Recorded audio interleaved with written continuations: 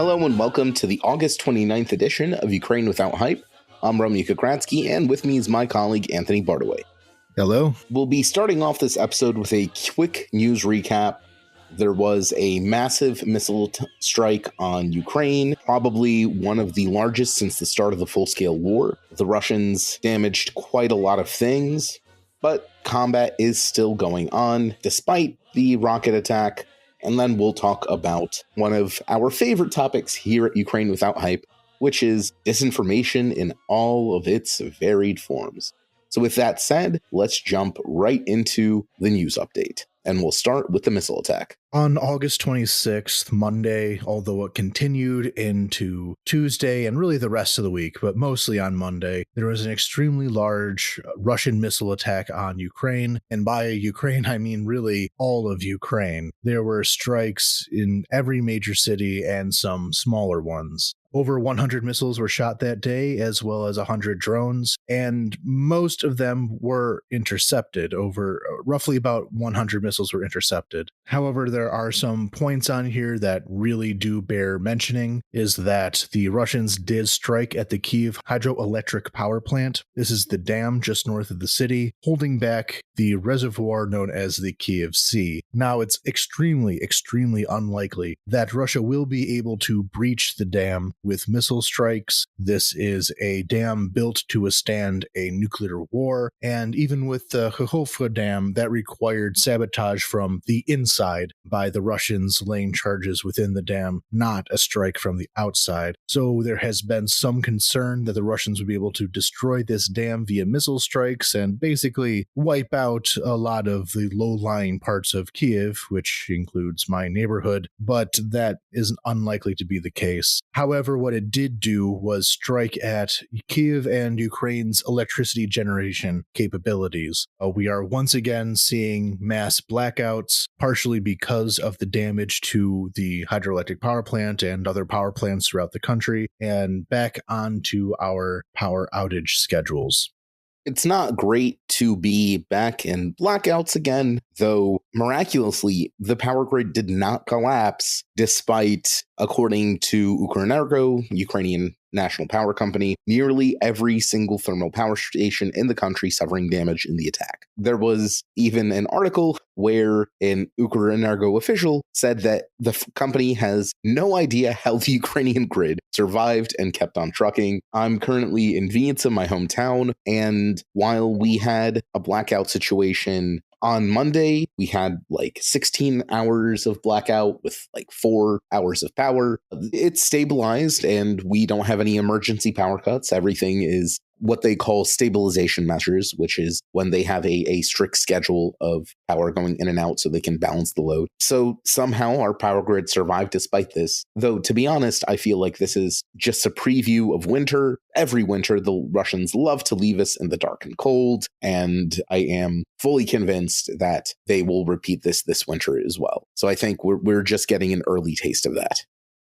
Also notable is that the Russians really targeted hotels this time around. A hotel in Kryvyi Rih was destroyed, as well as in Kramatorsk, the Hotel Sapphire, where a team from Reuters was staying. So the security advisor for this Reuters team was killed, and 2 of his team members were injured in this strike. Often it is the case that Russia has frequently targeted locations where journalists gather, so think hotels, restaurants, that kind of thing, closer to the front. And this is just another in a string of these incidences.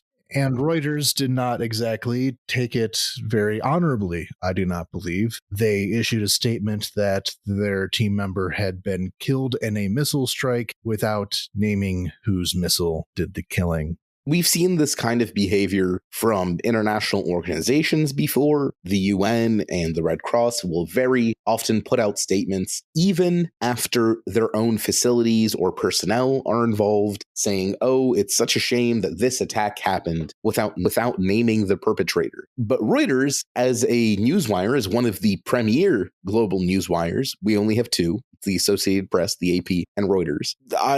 As a journalist, I hold them to a higher standard to report the truth. We rely on these newswire services to bring us almost the majority of the news that everyone consumes, to see that they have the same ethical standards as the UN or the Red Cross, and I mean that derogatorily, it's really disappointing. So other than that, like I said, there were a significant amount of strikes on that day. There were casualties, but again, it was largely targeted at electricity generation. They're going to keep doing this forever. They've done it in the past. Some of the pro-Russian news and kind of propaganda accounts have been saying, oh, now Russia's getting serious about they're doing the same thing that they always have. They do this, I'd say, once every 2 months or so seems to be the regularity. It's been just shy of 2 months since the attacks on July 8th. So they're pretty much on schedule. I don't see how anyone can see this as a reaction to anything. There have been reports that this was in reaction to the Ukrainian escalation by invading Kursk. It's been over 20 days at this point since Ukraine went into Kursk, but that was in only a bit over a month after their previous massive missile strike, so it wasn't on schedule for another one yet. It's all just about what they're capable of doing. Once they build up the capability of doing a missile strike, they do it. It doesn't matter what Ukraine did before that point. Yeah, they quite obviously have a schedule of stocking up these missiles for mass strikes on the grid. Like you just said, Anthony, this is really the nth time this has happened. It's so often that there's scarcely any point in tracking it, to be honest, of, oh, was this the biggest strike, or it's not escalation. This is just part of the Russian war strategy, is to save up missiles and then bomb our grid. Save up missiles, bomb our grid. And it takes them a couple of months to save up enough missiles because missiles are expensive and hard to produce. Another set of attacks came a few days before that, and we're looking now at the city in Zaporizhia region called Huliaipole. And this is a very historically important city, and it has been on the front line of the conflict since as long as that front line within the Zaporizhia region has been there, almost since the first couple months of the war. The front lines have pushed further away from it, closer to it as time has gone on, but largely this has been the front line. And a lot of the town, because of that, has been quite heavily devastated by it. This was a considerable regional center in this part of Zaporizhia Oblast, and because of that, it's been a major target for Russian attacks. However, on August 24th, the Russians finally targeted two of the more important historical landmarks within the city, referring to the legacy of one Nestor Makhno. If you're familiar with Ukrainian history in the early part of the 20th century, Nestor Makhno led an anarchist insurrection in what was called the Free Territory of Ukraine that was largely based out of Huliaipole or nearby Zaporizhia, or Alexandrovsk as it was called at the time. I'm not going to go too much into what that history means, except to say that he has become a symbol of Ukrainian resistance in a way not fully attached to his anarchist beliefs at the time. He's become kind of, here's a Ukrainian that fought against the Russians type figure. To be honest, it's not dissimilar to how Ukrainians seized upon Bandera. Again, Bandera's political platform, outside of some fanatics, is not highly followed. Most people just remember him as being a freedom fighter against the Soviets. And Makhno had much the same reputation, that he was a freedom fighter against the Bolsheviks. However, I do think that there is a lot in his philosophy that's worth kind of meditating on in the aftermath of these attacks. I found some quotes of his referring to, he wrote a lot of things, but I was looking for some things he said about the Ukrainians specifically, and how one of his regrets is that he did not engage more with Ukrainians as a national or ethnic group and solely as class-based group, as socialists often did. So he referred to the Ukrainians, quote, "The Ukrainians are people who grasped instinctively the meaning of the anarchist ideas and how to act them out. They suffered incredible hardship. They have never ceased to talk of their freedom and freedom in their form of life." That's from The Anarchist Revolution. In the work, A Few Words on the National Question in Ukraine, in spite of everything in broaching the national question, we should not overlook the latest developments in Ukraine. Ukrainian is being spoken now, and by virtue of the new nationalist trend, outsiders who do not speak the local language are scarcely listened to. This is an ethnic thing and ought to be kept in the forefront of our minds. Whereas, up to now, anarchists have enjoyed only a feeble audience among the Ukrainian peasantry. That was because they were concentrated above all in the towns, and what is more, did not use the national tongue of the Ukrainian countryside. I mean, reflect that now into the current trend where there is quite a lot of ideological diversity in Ukraine, but it is based around the idea of Ukrainians existing as a people and existing in a way that is somewhat separate from the Russians. That excerpt was published in 1928. In 4 years, it will be a century since that excerpt was published, and quite frankly, nothing has changed. It is the same fight. You will hear the same sentiments echoed by Ukrainians today that Makhno wrote about in 1928.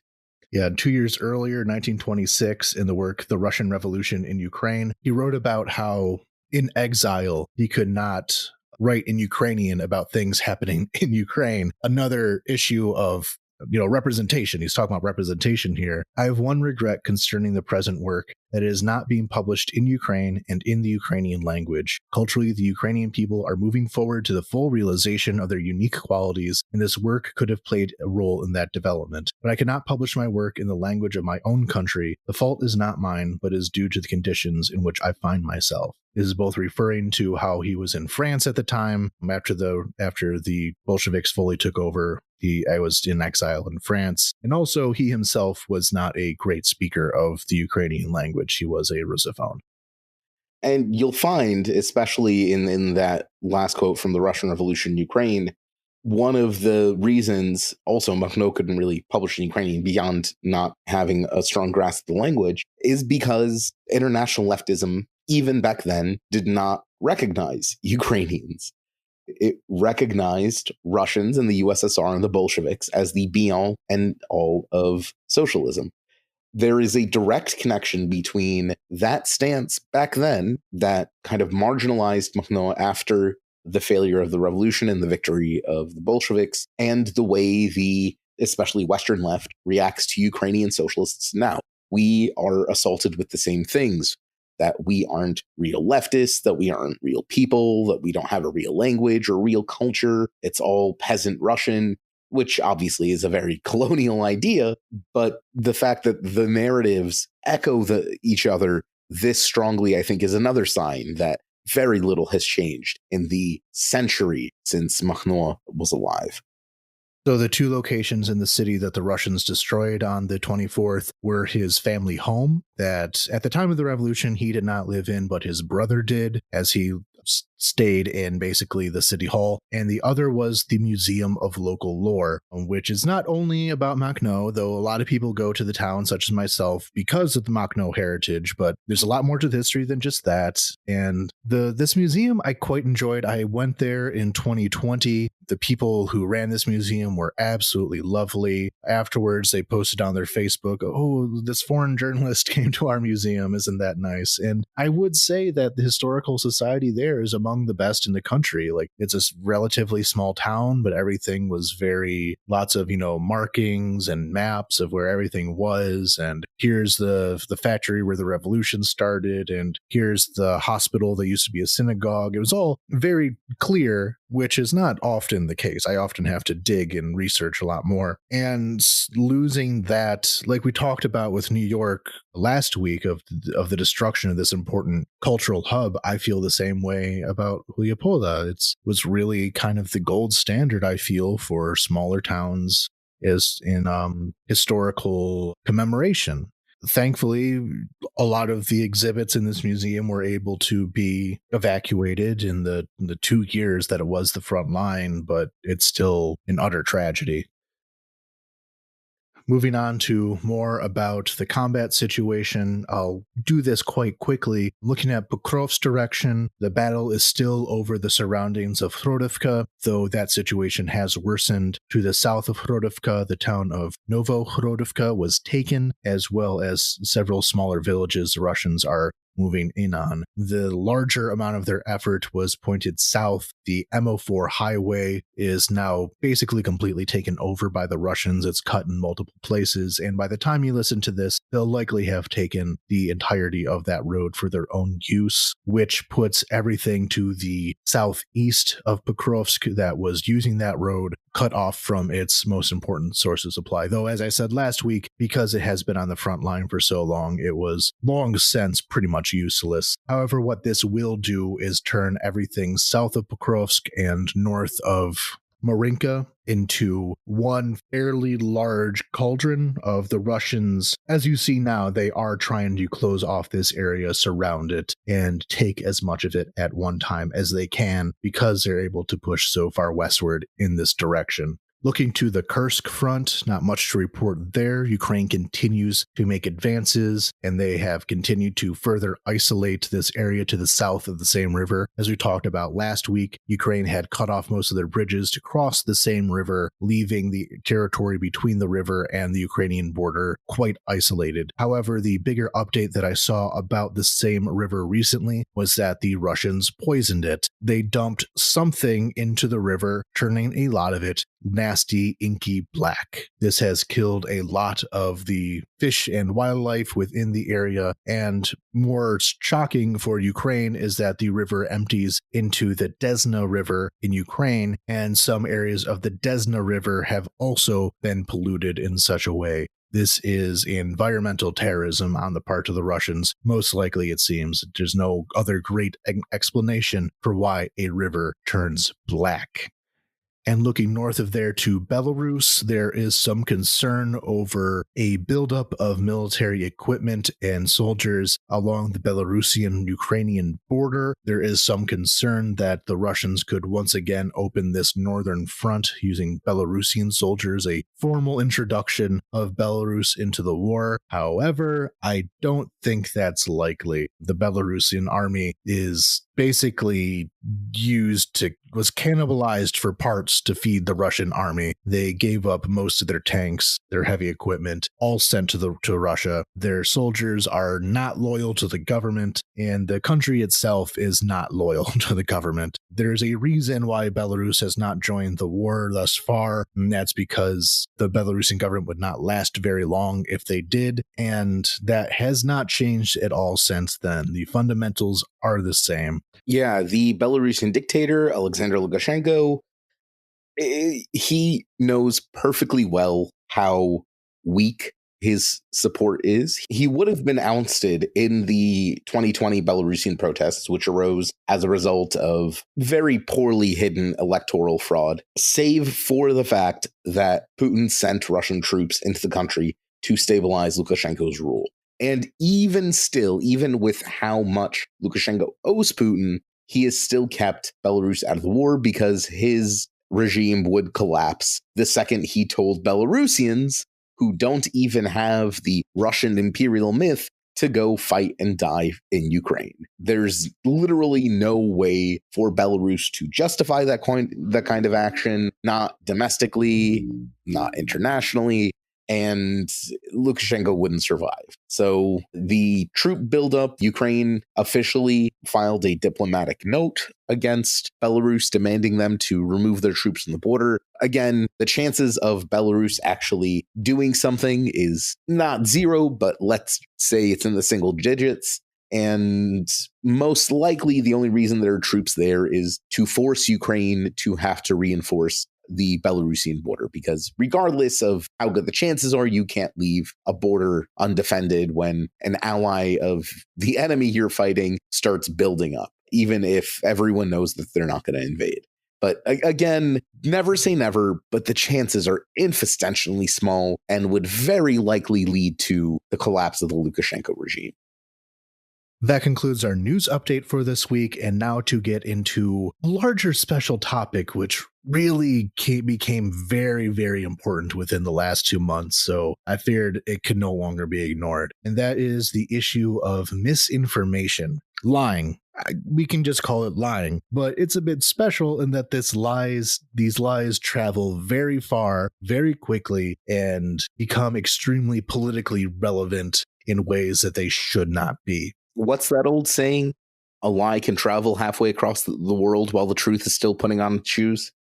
In this case, the two examples that we're about to give are going to deal heavily with Britain. This is not intentional. To our British listeners, you just kind of screwed up a bit these last 2 months. But this is something that affects all countries, and it's just because these two examples became very, very famous and were spread heavily by the Brits that we are unfortunately be talking a lot about Brits in this segment. But of course, America has been a big problem. Ukraine, everywhere, this has been a serious problem of misinformation. And our two examples that we're going to first look at the details of the case of, before getting into more of the theoretical aspects, refer to the Olympic controversy over the Algerian boxer Imane Khelif being accused of being a man, despite all evidence to the contrary, as well as the large-scale far-right riots in the United Kingdom that started off with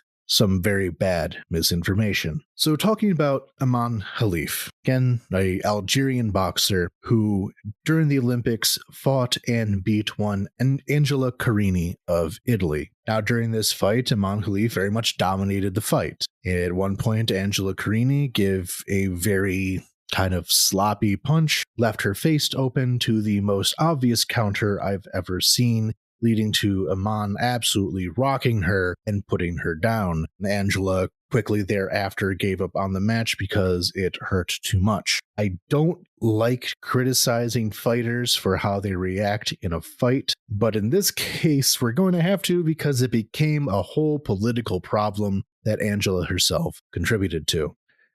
How do I want to? No, I'm just thinking of how to say this. Where Angela talked about this hit as the worst she had ever received, heavily implying that there was some foul play afoot, and refused to shake hands after the fight, and was overall handled it poorly, leading to accusations that Imane was actually a man. Now, within the world of sports, there's always been within the world of sports recently, there's been a huge problem of people hunting down like who the trans people are in sport. I mean, not just sport, but it's been especially bad in the sports world of, oh, is this woman really a man?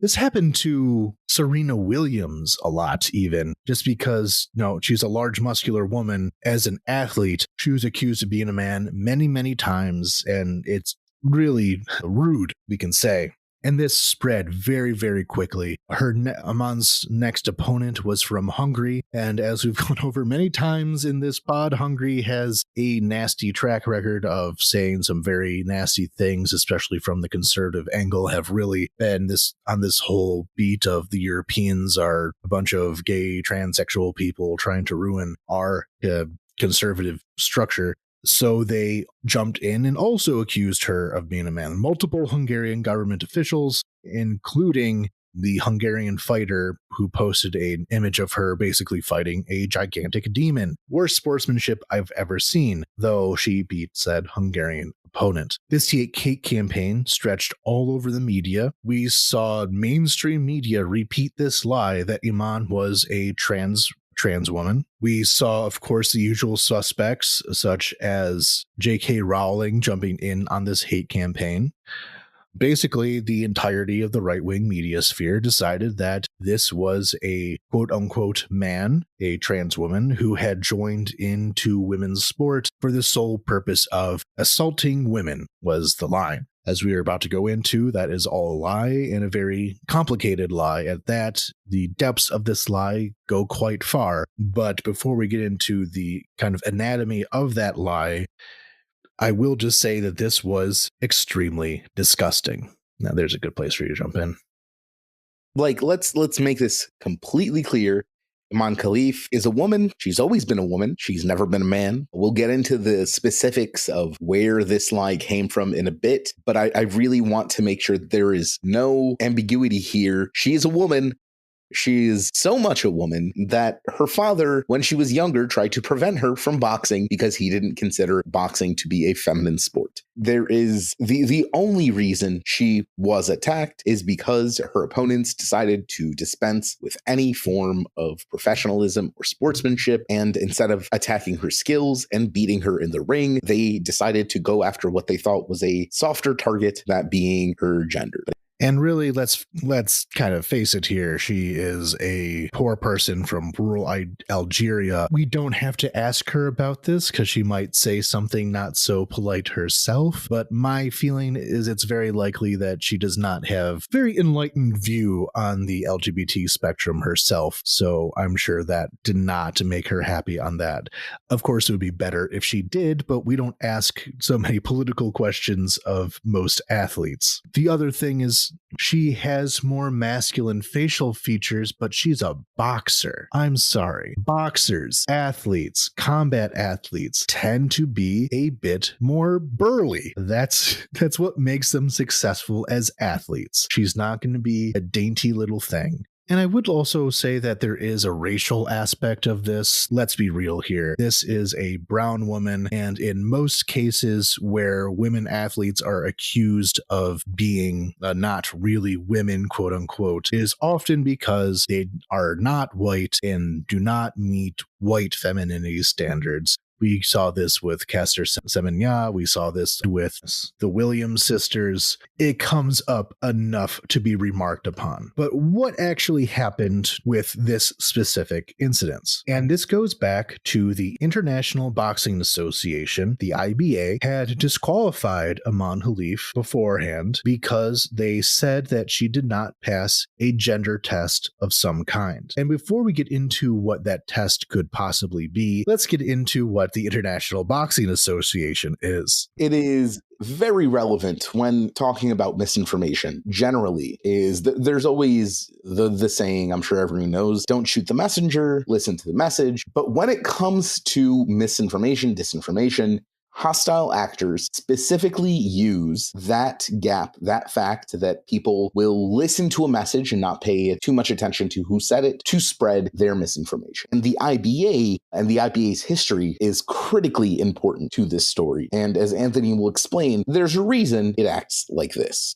So the IBA has been the regulatory body for amateur boxing for a very, very long time. And throughout that very, very long time, they've always been hounded by accusations of corruption. I think back to the Rio Olympics of 2016 specifically, where watching boxing during that Olympics was enraging. So many of the fights were clearly rigged or had some kind of tomfoolery around them in some way. And with investigations afterwards, it turned out, yeah, a lot of the judges, and including some of the athletes in the Rio Olympics 2016 for boxing, were just being straight up bribed. Judges were taking bribes to call fights a particular way. This came out years afterwards, but even just watching it, it was so clearly corrupt. So the recent problems I'm about to go into, this has always been dark. Like, if you know the International Olympic Committee, you know it's corrupt. If you know boxing, it is corrupt. And if you know the IBA, you know that is one of the most corrupt organizations in the world. And that's the source of our information. It's so corrupt that the International Olympic Committee themselves have censured the IBA for being corrupt. Imagine how corrupt you have to be. That those guys told the IBA they're too corrupt. And then in 2020, we have yet another stage in the corruption of the IBA, with leading to what eventually led to them being banned. And that is the election of one Umar Kremlev to the head of the IBA in 2020. Beforehand, he was the head of the European Boxing Association, and he did it all with Russian oligarch money. And when he became the head of the IBA, it became so obvious how deep he was into the pockets of the Kremlin, not only because he is friends with Putin himself. After becoming the head of the IBA, he moved the operations from Switzerland, which is the base of like many international organizations where IBA was based out of, sent it all to Russia. The staffing, operations, everything went to Russia so he wouldn't have to travel far for work. The source of the funding for the IBA became Gazprom, which kind of officially became where a lot of the problems came into place. They became solely reliant on Gazprom, the Russian state gas company, natural gas company. They miraculously solved all of the IBA's previous financial concerns, and they became really almost the sole financial backer. And where the money is, the power is. So the IBA fully bought out by Gazprom and therefore the Russian state. Now, even before they were banned, there were a lot of controversies, including how they suspended the Ukrainian National Boxing Federation in 2022 after the full-scale invasion. One of the previous heads of the organization, Volodymyr Prodivus, was recognized by the IBA as the president because Volodymyr was a personal friend of Umar Kremlev. He was very pro-Russia, still is, and in some of my research on this, people have referred to the Ukrainian National Boxing Federation under Volodymyr as an outpost of the Russian world in Ukraine. Now, in 2022, he lost his post to Kirilo Shevchenko, who was a much more pro-Ukrainian figure. However, he was not recognized as the head of the Ukrainian National Boxing Federation by either the IBA or by the European Boxing Federation. So actually, I didn't know much about Prodivis. I don't really follow sports or boxing, whatever, but I just quickly pulled up his Ukrainian Wikipedia page here. And it turns out he is from Vinnytsia Oblast, and he is one of the leading figures of the Vinnytsia Mafia.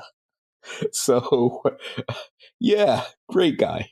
And that was who the IBA wanted to head Ukrainian boxing. Although I will say that this conflict has been resolved partially due to the extreme pressures from European boxing and international boxing. So good old Mob Don Volodymyr is once again the head of Ukrainian amateur boxing. That's a problem I feel should be looked into further. But because of all these shenanigans, like was mentioned, the IBA, their status as the international boxing regulator was revoked by the IOC in 2023. And ever since then, they've been in a long feud with the IOC, calling the International Olympic Committee all kinds of nasty things, especially with this Olympics and the various controversies that we're not going to get into, but have to do with, look at the woke scolds who took over the Olympics from us and they're turning everything gay, that kind of thing. But while they were still the regulator, turning back to Imane Khelif here, is that Imane Khelif, as the regulator, they were overlooking a lot of international boxing competitions, and in one of them, Imane Khelif beat a Russian boxer named Azalia Ameneva. Azalia was an undefeated boxer at that point and was a favorite of the Russian boxing community. She was the up-and-comer, she was a future of the sport, until she lost to Imane. This outraged the Russian boxing community that their protected boxer could possibly lose. So what they did was try to disqualify Imane so that Azalia could get her undefeated status back. And to do that, they claimed to have done a gender test on Imane that they claim she failed. And because of that, she was disqualified, and Azalia had her undefeated status returned. So she was right back on track with her career like her Russian masters wanted her to be. Some details here. There never was an announcement of what this gender test actually was. Initially, Umar Kremlev told the Russian state news service TASS via telegram, not even through some kind of official press release or anything like that, just through the TASS telegram, that Imane had XY chromosomes. By the way, TASS is the Russian state propaganda organ. It is literally where the Russian state publishes its propaganda directly. So it goes without saying that it's not a press organization. It doesn't have journalists. It's not a newswire. It's not a news organization. It's a propaganda agency. As a result, literally anything printed in the pages of TASS is, let's say, highly suspect is the best thing that I can say about them. Yeah, so there was no fact-checking on this. The TASS journalists did not ask what this test was. Yeah. I say that with all the derision I can muster. So someone decided to actually ask WADA, the World Anti-Doping Agency, what this test was, because there's a lot of confusion on this subject. And WADA responded by saying that not only did they not issue Imane Khelif a gender test, they don't do gender tests. That's not a thing they administer. They test for various performance-enhancing drugs. They test for blood doping, but they don't test for gender. It's not a thing. So the claim that Imane Khelif failed a gender test is quite literally impossible. It's no way for it to be true.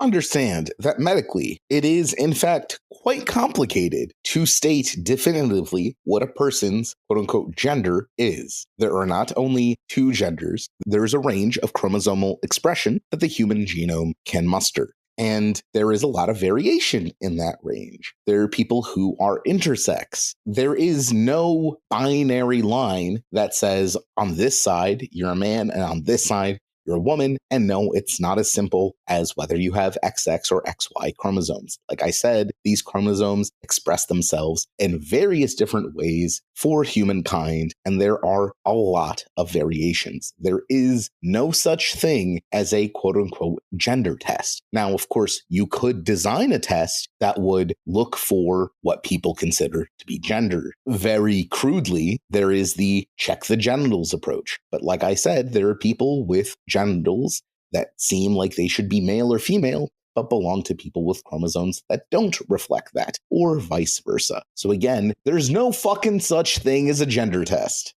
And that's just looking at the biology of it, which I really want to stress is not the be-all end-all of this. There is a world of gender expression that we are not talking about right now, but we are not being biological determinists in any way. However, this is a biological test that they wanted to say, so it is worth saying that even such a test would be impossible, partially because there's a lot of people out there who believe that they are fully one gender that would also fail such a test because they have an extra chromosome, they also have an XY chromosome or something, and it's not the biology that you learned in high school. It's much more complicated. Biology is complicated. But anyway, moving on from that. So this test not only does not exist, the World Anti-Doping Agency claims that it never happened. However, Umar Kremlev keeps going on with this, saying that such a test took place without detailing what it possibly could have been and hiding behind that, such tests are medically secretive because it's, private information. All lies, lies, lies, lies. He actually claimed that the reason the IBA was unable to release the results of this supposed alleged gender test is that Khelif herself refused permission for the results of this test to be public. And again, no such test exists.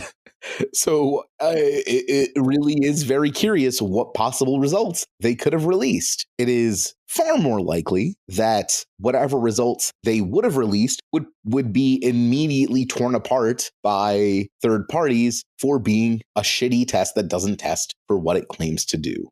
The next stage of this is that people claimed that Imane did not appeal this decision to the relevant judicial authorities. If she was really a woman as she claimed, she would defend herself in the Court of Appeals to say this. However, keep in mind that she is a poor woman from rural Algeria. She does not have money for this. The reason she did not appeal this case was because the case was too expensive. She could not afford a lawyer, and she especially could not go up against, as we said, Gazprom.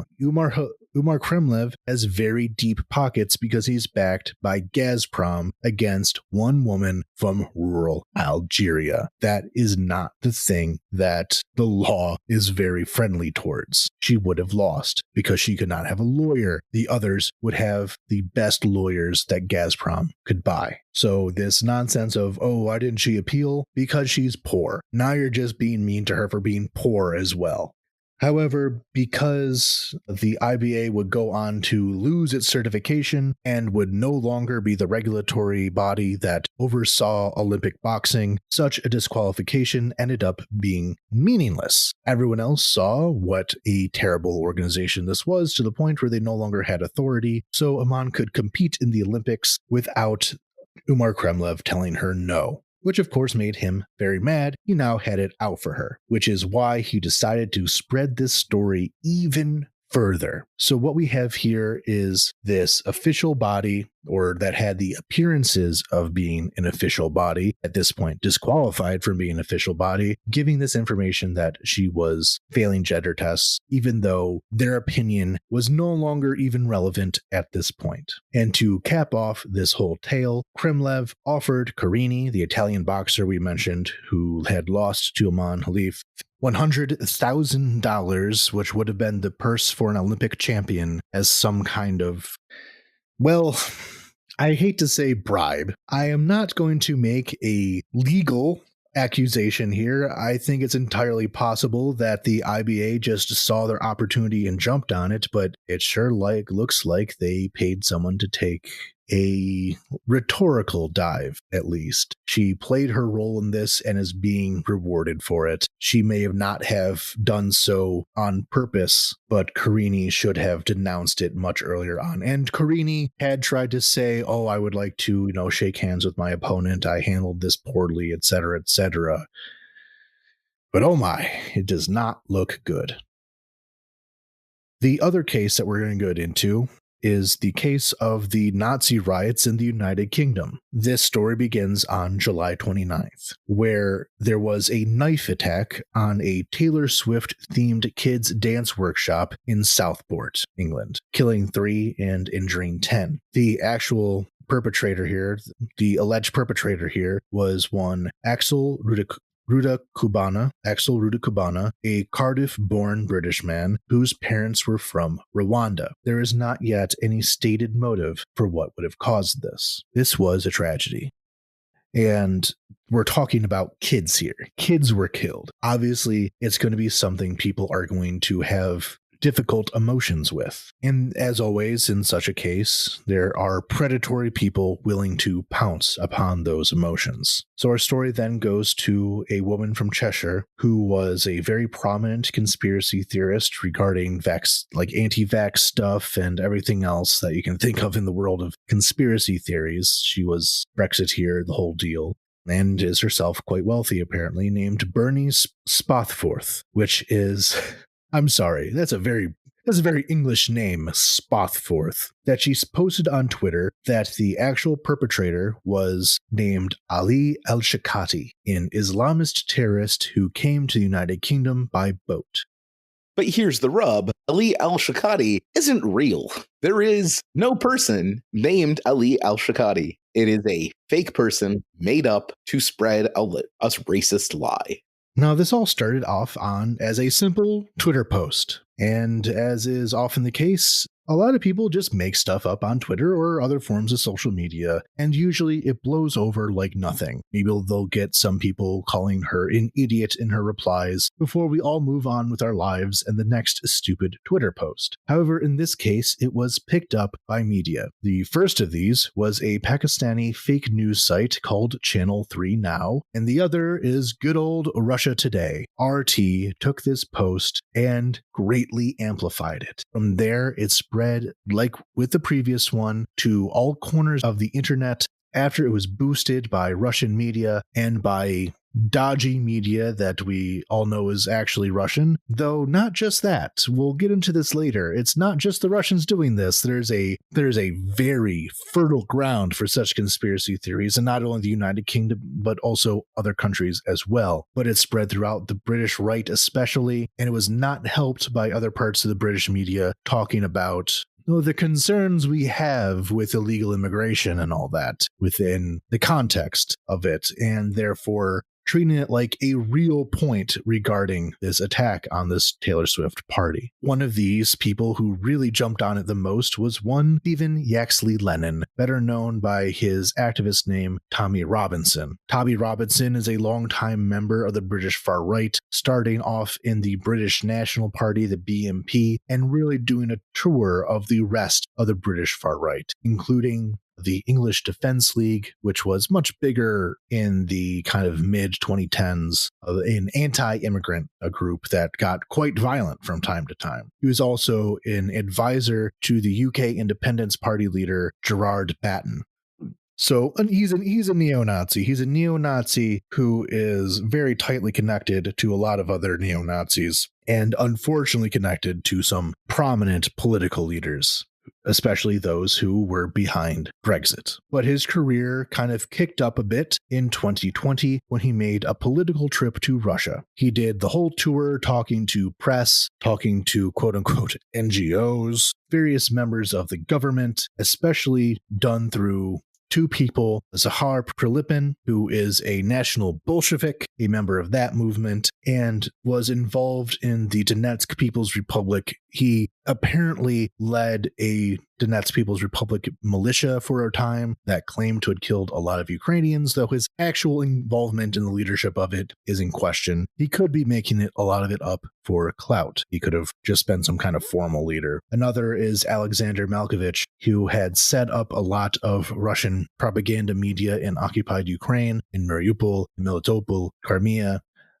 spreading the myths of the Russian world, and is, by the way, or was, by the way, very connected to Prigozhin, the head of Wagner, up until his untimely death last year. So Tommy Robinson, aka Stephen Yaxley, is highly connected to Russia, as is really most of the European far right, who see Russia as their, the great white homeland where Christian values are protected from the gays again. It's all coming down to homophobia is really the running theme here. So Tommy Robinson himself was not present in the country for all this. I believe he was actually on vacation in Cyprus. The leaders are often avoiding the real trouble, but a lot of far-right groups, neo-Nazi groups throughout the United Kingdom, though primarily in England and Northern Ireland, had massive riots. During these riots, they burned down immigrant-owned businesses, they looted, they assaulted people, and in one of the more severe actions they took, they burned down a hotel housing immigrants in Rotherham. It is quite frankly amazing that nobody happened to be killed in these riots. They were gigantic. And in many cases, they were met by anti-fascist counter-protesters who tried to prevent them from gaining access to places where immigrants lived, for example. But these right-wing rioters were on a warpath against anything deemed Muslim or foreign. Although, like I said before, this was a UK-born Christian who did this, not a Muslim, not an immigrant. It really goes to show you that this, for all their talk of racial supremacy and all the other garbage that these types of people say, they're in it for the scandal. They don't actually care what anyone's identity really is. They just want to indulge their basest impulses with the minimum amount of introspection and self-awareness that is humanly possible.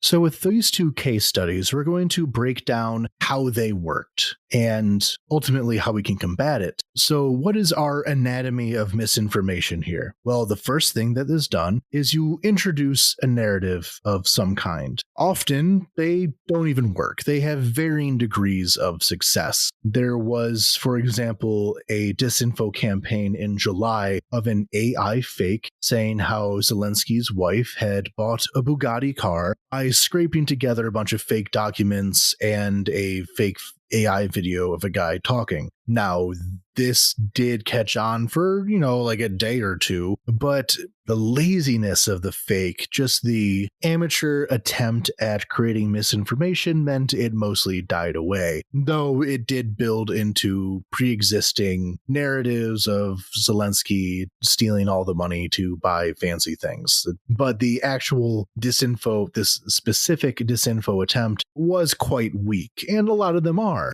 Often you will see just really bad English behind them, or just it doesn't really catch on. There's no spark to it, really. And so the strategy has to be just create disinfo after disinfo. Just throw it out into the darkness. Hope something sticks. But even the things that don't stick create an overall atmosphere that is more conducive to more disinfo being created.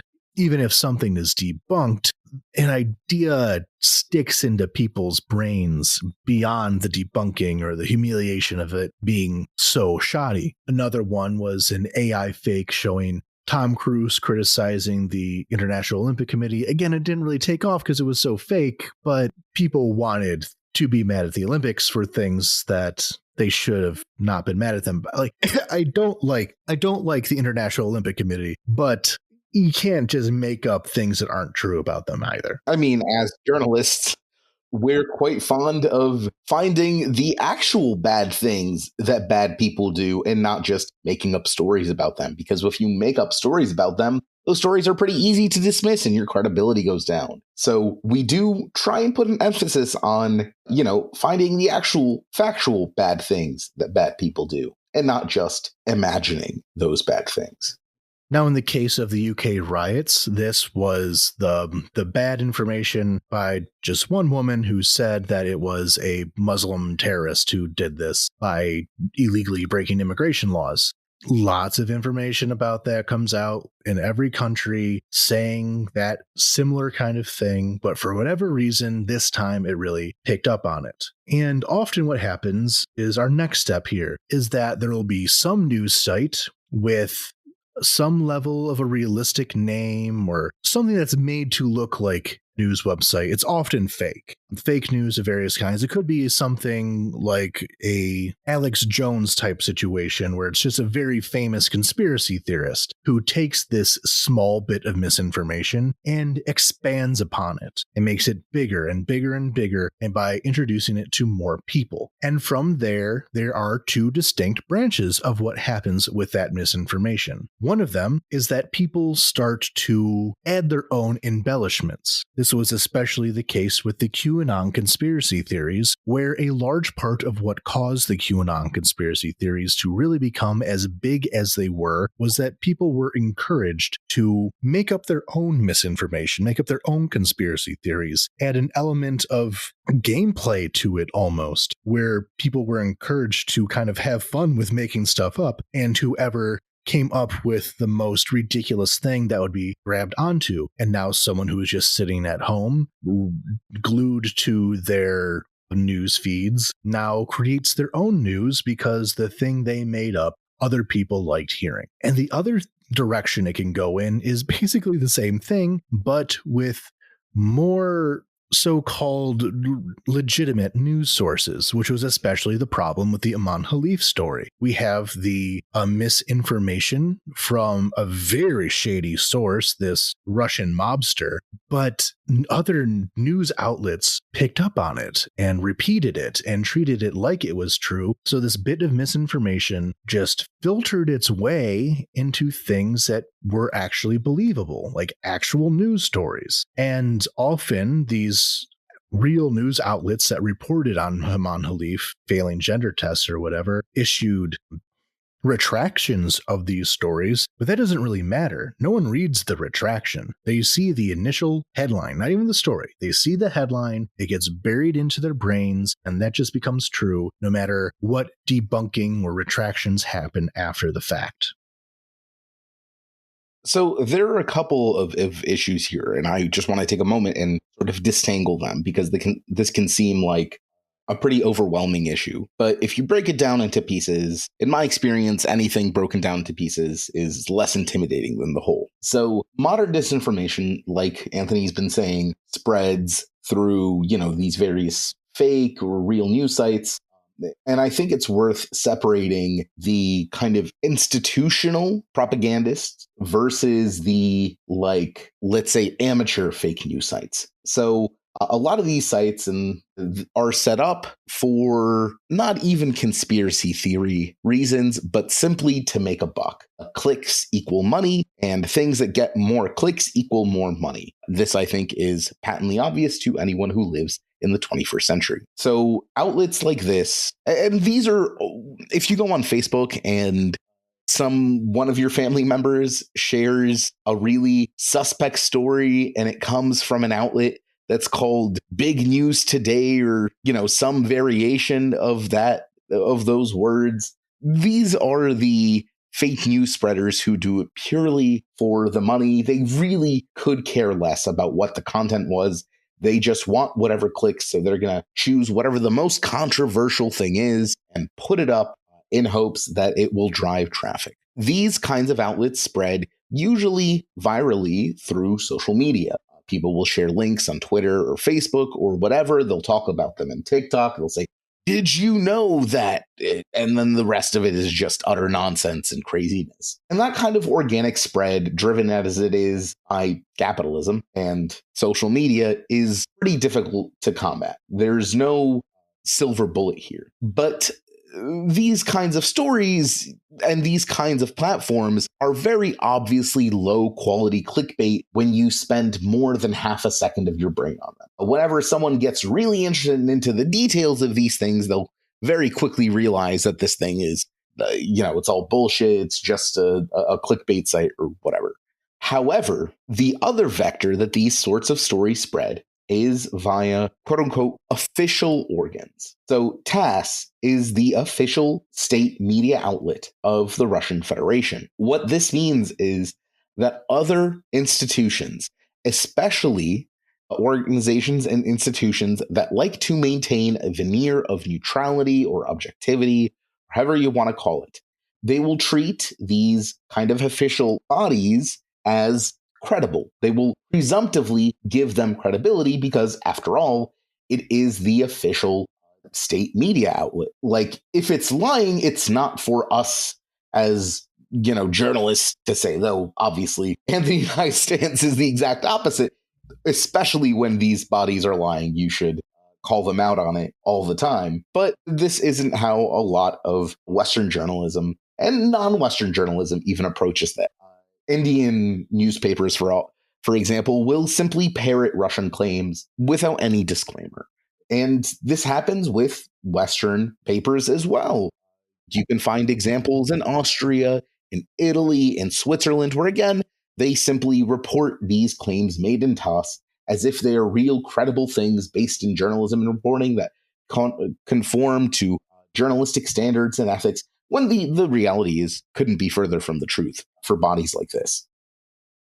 However, since these are centralized organizations, it's a little easier to deal with them, mostly by simply not repeating their claims. The easiest way to stop these claims from spreading is to ignore them. Now, of course, there is a symbiotic relationship between these kinds of organic, clickbait-driven websites that share these stories and these official propaganda bodies, because it's very easy to just scrape the official propaganda story and serve it as your own scandalous content or whatever. These propaganda organs, they aren't going to sue anyone for copyright infringement. Believe you me, like, you can steal their content, you can steal their photos, anything that they can't sue you. Everything they say is made up and lies. If they had to go to a Western court and the only place they could possibly sue someone is in a Western court, they would lose instantly because they have no credibility to speak of, and that would come out. And also their whole point of existing is to get the word out. It's not necessarily to make money. So, which is another one of the problems here, is that often you would have to, say, pay a subscription for the New York Times or something like that. They need funding because they need to be self-sustainable. However, with state news outlets such as Russia Today or TASS, they exist to serve the Russian state, and the Russian state is willing to really put a lot of money in them. And I would really like at some time in the future do a deeper dive into Russia Today specifically and how it has spun out to, Ruptly and all these sources that don't on the surface look like Russian state propaganda, even though they are. The whole point is to just get that information out, and if people pick up on it, all the better. And especially with RT, it has, the production value, the money behind it, the nice graphics, the whole deal, that it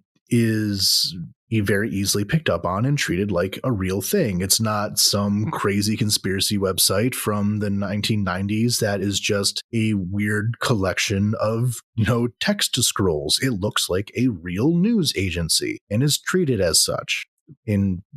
often in large parts of the world and also in parts of the US political spectrum who are looking for counter information. To put a very specific example, earlier in this episode, we spoke about the Russian missile strike on the hotel in Kramatorsk that killed a Reuters employee and injured a number of their journalists.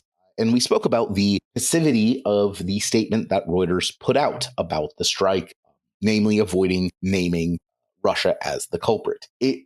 Would probably not surprise our listeners to know that Reuters has a partnership with TASS, or had a partnership with TASS up until the full-scale invasion. TASS was considered a content partner for Reuters. They would cross-share stories.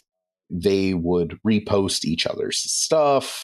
They would serve up TASS stories as Reuters stories on their paid platforms and so on. And again, this all goes to the question of credibility. This lends these propaganda bodies credibility. And TASS didn't become a propaganda outlet in the year of our Lord 2022 after the full-scale invasion. No, it has explicitly always been a propaganda outlet. It has never been anything resembling journalism. They don't have that in Russia.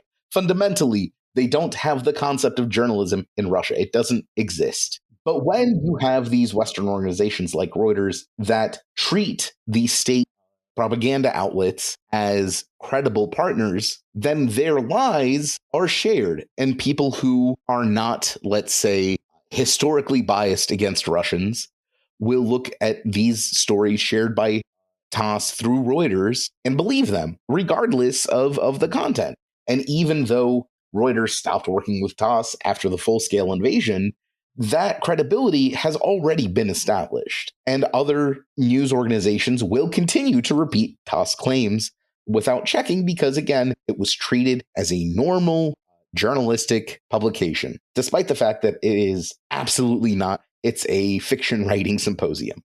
And the other side of this institutional thing is that Russia has been very good at digging its claws into different international organizations. They are, after all, one of the permanent members of the UN Security Council. They're a major global power and therefore have been given a lot of deference in the world of international organizations. They have used international law enforcement mechanisms to put out hits, essentially, on dissidents. They have done a lot of nasty things with these otherwise reputable institutions or prestigious institutions. So when you have the IBA, as we went over, a deeply corrupt and messed up institution that was lying through its teeth, but because it had this title of at least the former regulator for a sport, major news outlets treated it as trustworthy. And it took them a couple of days to realize that it wasn't the case. But in those couple of days, the damage was done. So to recap on the anatomy of misinformation, the most important thing is to throw out as much disinformation as possible to create an environment that is friendly to disinformation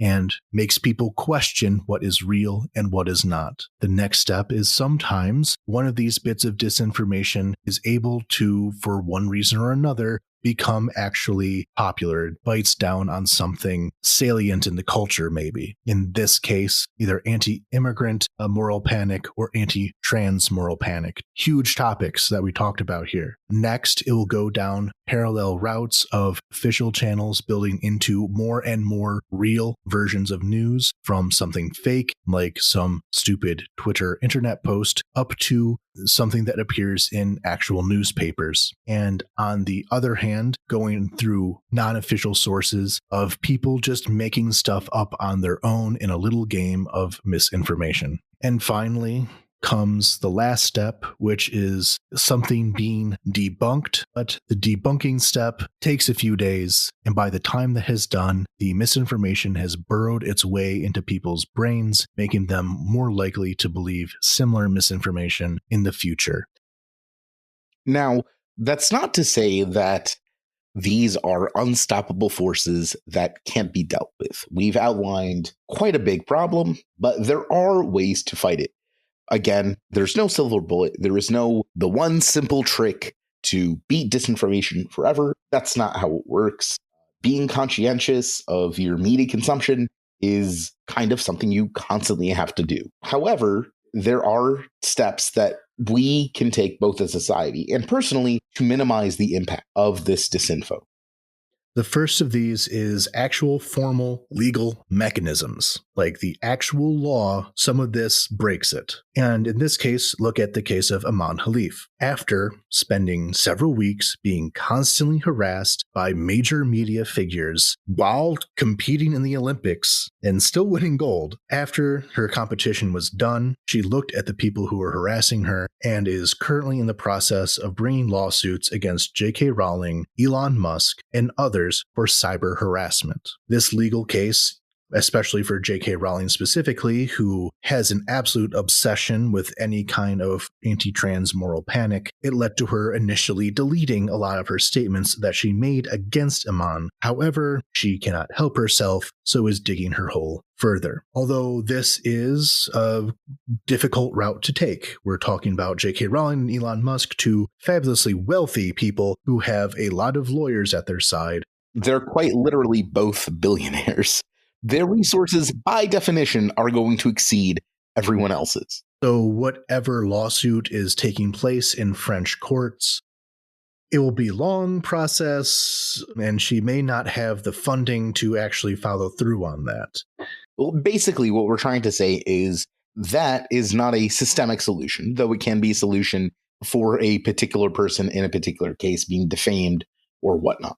However, there are also some arrests. So if we look at the UK riots in Pakistan, a person heading up the Channel 3 Now outlet, the fake news outlet that did a lot of the promotion of the fake news about Muslim terrorists, has been arrested on cyber terrorism charges. While Bernie Spothforth, the person who made that Twitter post, was arrested for inciting a riot. And she has since been released, but she's looking through a lot of legal problems. She said that she was just, passing on information that she heard, because a lot of the problem of misinformation is people just spreading rumors that they have no confirmation of. Now, there are other legal ways, more systemic ones, that could begin to tackle this problem.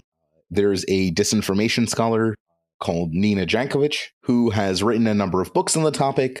She's active on social media where she constantly talks about this problem. Her preferred solution is regulation specifically of these major social media platforms. Social media is without a doubt one of the largest, if not the largest vector of misinformation today, and they wield simply outsized influence over the body politic, over our collective consciousness, over the zeitgeist. The social media platforms claims that, they're just little guys, fighting for free speech or whatever their excuse today is, does not correspond with reality. Everyone uses social media. It clearly is one of the biggest social factors in people's lives.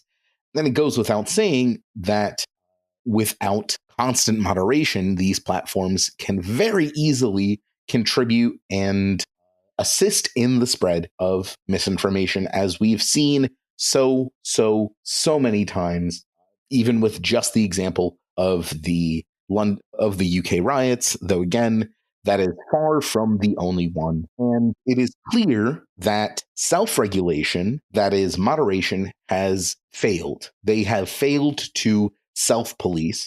And even when they start succeeding in self-police, as these social media platforms are privately owned entities, they are not state-owned entities, they're not publicly owned entities, their ownership can change, and the new ownership can decide to throw out all of the work done to improve moderation, as we see the examples of Twitter.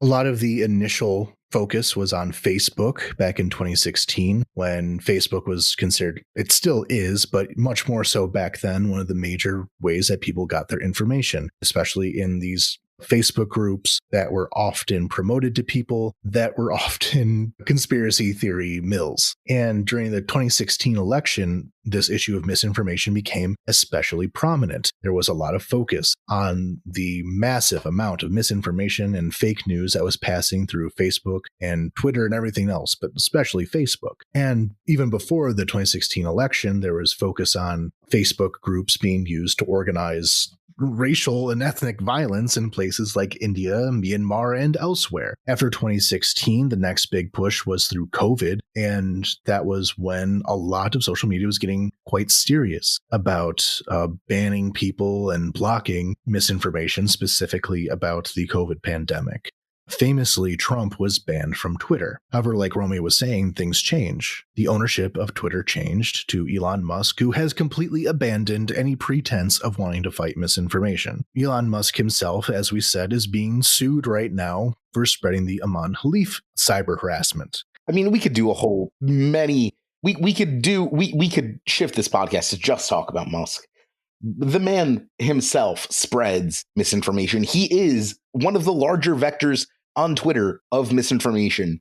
The owner of Twitter is himself the guy who spreads white replacement memes and protocols of the elders of Zion conspiracies and other assorted conspiracy theory garbage. The owner of the social media platform. Regarding the UK Nazi riots, he was saying how this is the start of an English Civil War. He was promoting all that Nazi stuff as well. Though the other alternatives, TikTok is terrible for this. There's a lot of AI-generated content on TikTok, especially that drives misinformation. And oh my, AI is a serious problem of just making up videos of people talking who do not exist. And this has only become a bigger and bigger problem in the future as they become more and more realistic. And there's lots of, I think the element of it being video adds to the parasocial element on TikTok, where someone sees like a person talking to them, and this person who I like won't lie to me. And that's not even touching the fact that TikTok is a Chinese company. It has members of the Chinese Communist Party and its governing board. And given how seriously China takes its internet policies, you bet your ass they are very, very involved with the operations of TikTok. Yes, I am aware that the owners of TikTok, ByteDance, have denied this. However, their servers are physically located in China. And again, the Chinese Communist Party, as part of their internet policy, makes sure that it is all routed and sorted via Chinese sensors. They may not use those sensors on the Western or non-Chinese facing part of the app, but those sensors are still reading and judging and collating everything said there. And which brings me to another point. The algorithms used by these social media companies are private. They are often some of the most highly guarded industry secrets in the world. And the fact that these algorithms are private means that we cannot tell. We simply cannot tell, aside from the most obvious and crude changes to the algorithm, that whether the algorithms are promoting or suppressing some given content. For example, again, on Twitter, Ukrainians often complain about being shadow banned or about being suppressed by the Twitter algorithm. Again, we objectively, there's literally no way to tell. We cannot access that data. Only Twitter has that data, and it does not share it. No social media company shares this kinds of information. This is, again, industry secret. But it is quite, however, it feels to Ukrainians that we're being suppressed. We can kind of tell that Ukrainian sources are not prioritized, at the very least, by the Twitter algorithm, lowering the amount of people and engagement that Ukrainian posts get. And you can expand this to absolutely anything. On TikTok, if you want to promote a trend, the algorithm can promote it. Now, is this something that they're doing on a regular basis? We don't know. There's literally no way to tell whether what you're seeing on your social media feeds are being deliberately, actively manipulated or not. You cannot tell. No one can tell except for the people working at those companies. Regarding algorithms, that is one that likely can be regulated in some way if they have to, because even though this is, trade secrets can be submitted to law to regulatory bodies in order to look at them. We can say that certain things are dangerous and steer against them, though this hard approach is often fraught with all kinds of problems, including who decides what is considered fake news and what is not. That's always going to be the major problem, is who decides what is fake. And another major problem is the fact that for example, non-US entities would not be bound by these laws. And even if they are bound, the capability of the United States to enforce this is almost nil. For example, Telegram. Telegram is also a social media platform. It's not simply a messenger. Telegram groups and Telegram channels are some of the main ways people obtain news in Ukraine, in Russia, and other countries. And despite all of the US's laws against hate speech and against child pornography, for example, it doesn't apply to Telegram because it's not a US entity. It can operate in the US. Anyone can download the app. And short of banning the app, which is, as Anthony mentioned, incredibly fraught, there's pretty much no way to regulate it. France has arrested Pavel Durov, the founder of Telegram, accusing him of not cooperating with French authorities to turn over data from Telegram, not following anti-child pornography statutes to limit and remove the spread of child pornography on his platform. But this is, again, not a systemic solution. It's a personal solution that just targets Durov, and it is not clear whether or not it will have an effect on Telegram's operations. And for companies like TikTok, again, they're a Chinese company. They're, again, short of banning it, there is no way to regulate the content that it shows people. And on top of this, a lot of the oligarchs that own these platforms, we've already mentioned Musk, are fundamentally disinterested or incentivized to not limit the spread of misinformation or to spread it themselves. Mark Zuckerberg, the owner of Facebook, now Meta, recently sent a memo to the United States government where they said that they would resist further government attempts to limit the spread of misinformation on their platforms. They cited COVID-19 pressure as being a big thing. They were pressured quite heavily, according to Facebook, by the US government to limit the spread of COVID-19 vaccine misinformation. And they were also pressured to limit the spread of misinformation about Hunter Biden's laptop. According to Zuckerberg, they have decided that the fake news of Hunter Biden's laptop was actually true and factual and contains real things that are important to the public interest. Side note, no, it's all fake. It's all bullshit. It's all made up bullshit. However, Facebook has decided that this is a true story, and they cited that as a specific example of why they will fight government attempts to regulate the content that they share and spread on their platforms. So they are actively working to promote more slop, to promote more misinformation and disinformation to people instead of the opposite. Though to cap out this social media segment by saying that if anyone has done it okay, it has been YouTube. I'd say that once upon a time, about 10 years ago, you would watch a video about a video game review. Then as the algorithm selects a next video to watch, you are about 4 to 5 videos away from seeing outright white nationalist neo-Nazi content talking about how the Jews are importing Africans to wipe out the European race. This was a serious problem that people picked up on, and the people in charge of YouTube noticed this, and that's no longer the case anymore. Recently, I saw someone do this similar challenge themselves of how long do I have video audio play on before I hit Nazis? And it took like over 1,000 or like several thousands before such content started to steer in that direction. Still not ideal. It should not be on there at all. But they went through serious attempt to limit disinformation on their platform. I would say that another issue that arose was one that we'll get into more in this formal media segment that will come up next, is that during the initial parts of the full-scale invasion, if you wanted to watch something about Ukraine, the next video that would show up was a lecture by international relations scholar, I force that word out of my mouth, John Mearsheimer, who gave a lecture on why the West was responsible for escalating conflicts with Russia. And that was whatever you watched about Ukraine, that's what you saw next. That was very clearly deliberate. Someone was able to play around with the algorithm, which is not easy to do, in order to push that in front of people who wanted to hear about Ukraine. Thankfully, that ended as well. And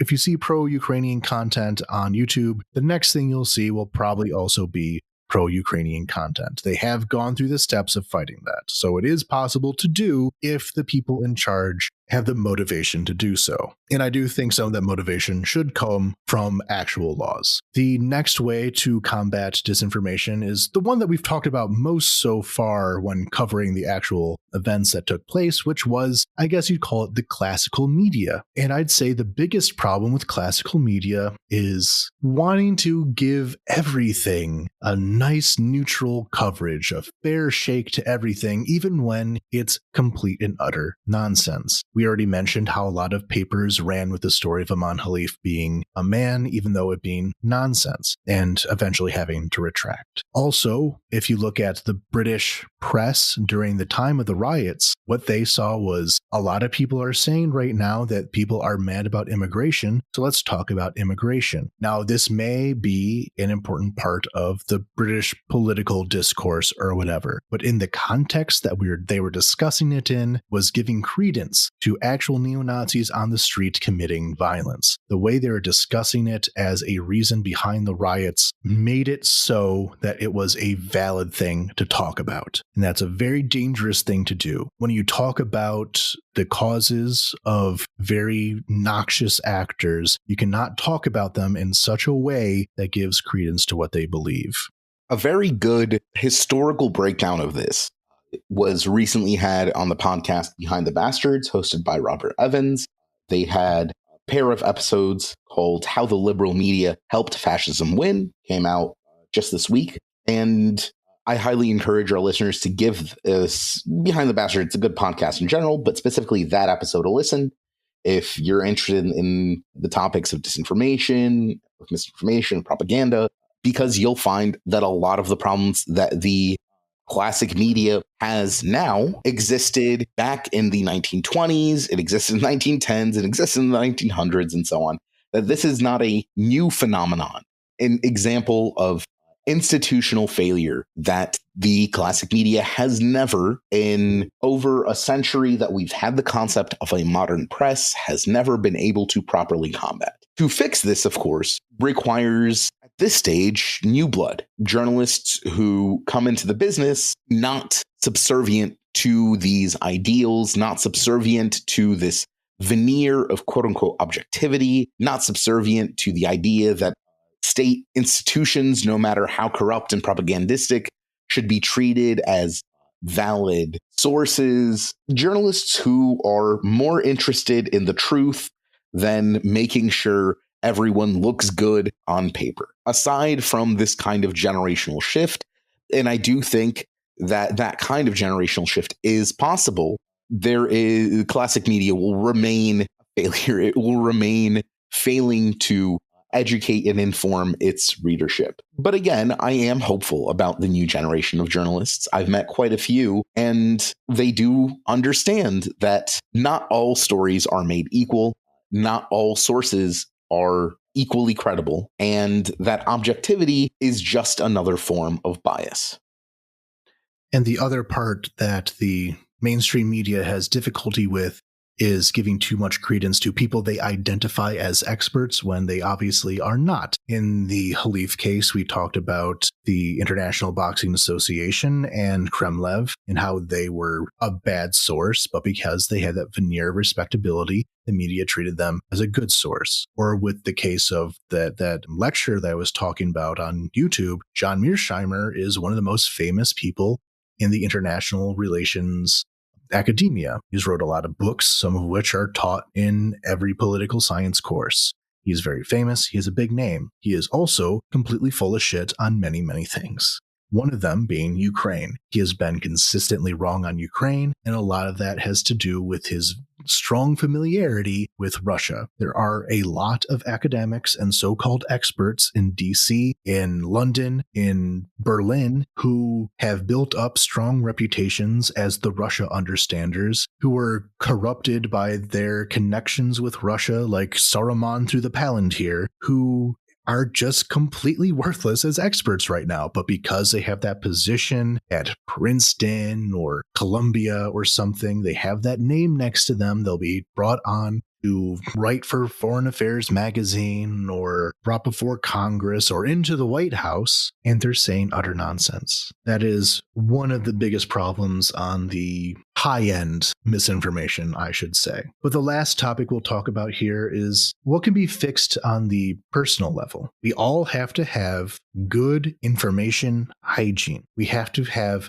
good sources that are reliable. It is always difficult to find those sources, of course. If you are not familiar with a certain topic and you see someone with, I don't know, news from Donbass or something like that, that proclaims to be the voice of the people on the ground, you are not familiar with Ukraine, you're not familiar with Donbass, you might run into them and think they're reliable when they absolutely not. You came to this podcast assuming we are reliable. I think we are. I think you can fact check us on a lot of things to confirm that we are. But there's still that level of trust there. And that trust is often abused. And there's a lot of bad actors that know the precise ways in order to abuse that trust. So finding that good information from journalists who are respectable, who can be fact checked, who do their research, and is most importantly, if you go to the people in the country and you ask them, oh, this journalist said this thing, does that make sense? If they say, no, that doesn't make any sense whatsoever, they might not be the best journalist in the world. Of course,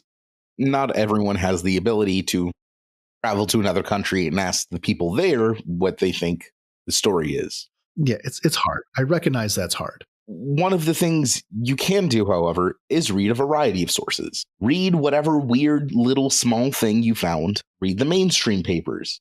We all have Google Translate. If you are reading something especially about a different country, look at their media and read it through Google Translate. Get a sense of what they are saying. And very importantly, don't treat any one source as definitive. In order to really make sure that you are reading as close to the facts as possible, the best way to ensure that is to read a variety of sources and synthesize the information from all of them to make sure that at least the common points make sense. Of course, that doesn't always help. All mainstream media can be spreading false narratives just as well as small publications or websites you've never heard of. Again, like in the Imane Khelif case, where major papers and major outlets were spreading the lie that she was not a woman. However, at least by playing the field like this, you will lessen your chances of falling for misinformation. And we really can't leave out one of the biggest factors that have led to the spread of misinformation in recent years, and that is just people who are often isolated, who are often lonely. This was a big problem during COVID of people being locked in their homes, sitting in front of their Facebook feeds, sitting in front of their Telegram channels or whatever it was that they were getting bizarre news from, hitting some conspiracy theorist, getting fed more conspiracy theories through algorithmic shenanigans, pushing it towards them, and being dug deeper and deeper into this hole of nonsense. I'm saying this right now, listeners, it's very likely you had a family member this happened to, a family friend, someone that you knew who a couple years ago was a normal person. Fast forward 5 years later, and they have dug so deep into the rabbit hole of conspiracy theory and misinformation that you have no idea what they're talking about, but it sounds super racist. And I don't know what to deal with that. There have been a lot of experts that have tried to find ways to deprogram people. A lot of cult experts especially have looked into this because it's the exact same functions of bringing people into literal cults, bringing people into these pockets of conspiracy theory where they don't know even how to get good information anymore because they've been told that everything is a lie except for what this small group of people is telling them. The only way to do it is just to kind of keep people engaged. It's a cultural problem. It's a problem of people being connected to their communities. And that is such a major ask that there's no great way for any one person to do that. Keep people engaged with something in the real world, to keep their feet grounded into something real to their community, their people they know. And not just like some weird club of people who share in their delusions, but the broad spectrum of everyone around them. That's so hard to do. Of course, yeah, unfortunately, in the modern world, alienation is absolutely a major driver of a whole host of problems, not least this. And there is no, again, real solution about this. Personally, I am having had to cut off old friends and so on. Most of them that I did around 2016 when Trump was first elected. My go-to was just to cut these people out. I don't have any interest in educating or converting people or deprogramming them, especially if they're just people that I see online. Maybe if I saw them in person, I would be more inclined to do so. But adults are adults. They make their choices. For the sake of your own health, my advice is simply to cut them off.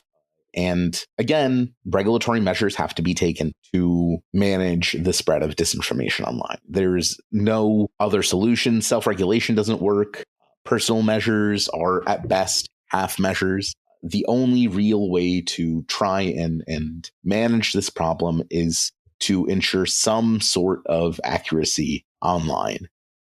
And to loop some of this back into Ukraine, if we look at who in Ukraine has believed Russian propaganda, it has often been very elderly people, stay in their apartments all the time with nothing but Russian TV stations playing in front of them. And for example, one of my friend's grandmothers, she watched Russian TV channels, same thing. She was old, couldn't move very well, so that's just where she was, watching TV, and fed a whole bunch of lines about how the Ukrainian fascist gangs are coming for her because she speaks Russian and is Jewish. So what they did was turn off those TV channels. That's all they had to do, was cut her access to those Russian TV channels, and she was deprogrammed very quickly. And to be honest, my grandmother was the exact same way and resulted in us simply not speaking for 3 years. We've started to patch up our relationship, but when the full-scale invasion started and I saw that she was very much into the Russian information ecosphere,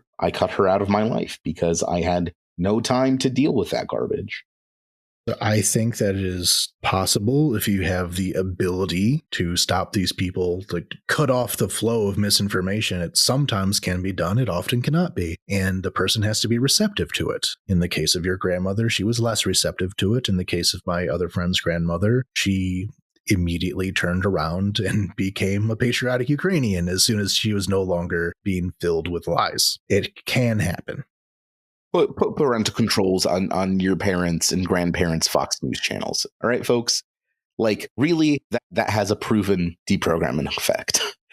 It really does. Don't let your parents and grandparents watch Fox News. You walk into a bar and they have Fox News on, ask them to change it to CNN. If they kick you out, don't go back to that bar. Or, you know what? Have them change it to football. That's fine, too. So that ends our segment on the subject of misinformation. I hope you were able to take something away that you can use in your own lives to kind of help prevent the spread of this in the future. If you see yourself falling into these patterns, pay close attention. We all have to do it. We all have to know the thing that we are susceptible to. We all have to know the thing that we are more naive about than in other aspects of our lives, and be well aware of how that can steer us in the wrong direction. We all have something.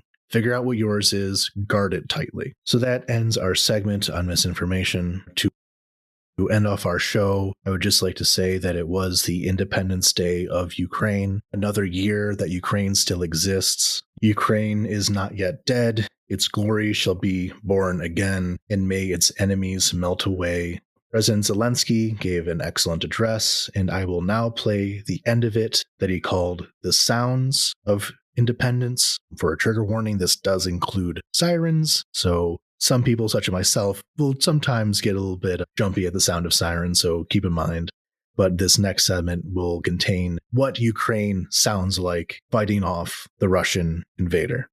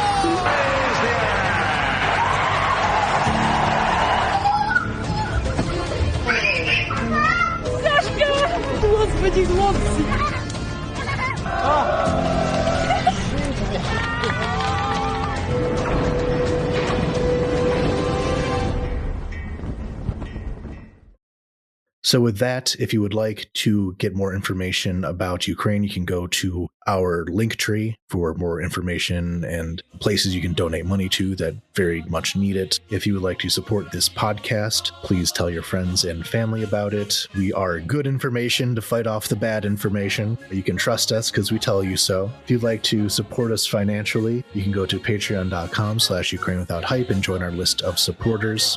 So thank you very much to Deborah Grazer, Randy McNerlin. The voices in my head are from Big Pharma, David Shepard, Giorgio, Thana Kukuretskaya, Michael Drucker, Mike Perrone, Anna Karen Person, Anonymous, Barbara, Dennis Napalm, Devi, Dimitri Liffin, Etienne Soleil, James Burke, Jan, Janara, Jenny Louise, Kevin Alberton, Kyle Smith, Marguerite, Michael Wickman, PLM, Shieldwall, Silas Frank, T. Bart, Vivek, Aidan McDonald, Alex Grochmal, Anastasia, Captain Technical, Chris Bennington, Christopher Yee, Daniel Spring, David Wall, Demetrio, Dish Taco, Emily Bavona, Evelyn, Francois, Grace Krause, At to Laugh, Jacob Holm, James Wise, Jared Bradley, Jerd, Julia Lindsay, Justin R., Kyle Johnson, Laura De Leon, Lori Halila, Lemonikin, Levy Grove, Marianne, Matt Miller, Melissa Kaselko, Anonymous, Noah Brown, Noam Hart, RDK, Sanjay, Scott Perry, Scott Kengris, Scott Tokaryuk, Stuart Akers, Settle Knife, Thomas Sobiek, Ursula Zolenkoff, Veronica Ing, Victoria Leontaneva, Wandering Lens, and Marcus Nashcase. Thank you all very much for your support. You're what making this all possible. And until next week, Slava Ukraini. Heroям слава.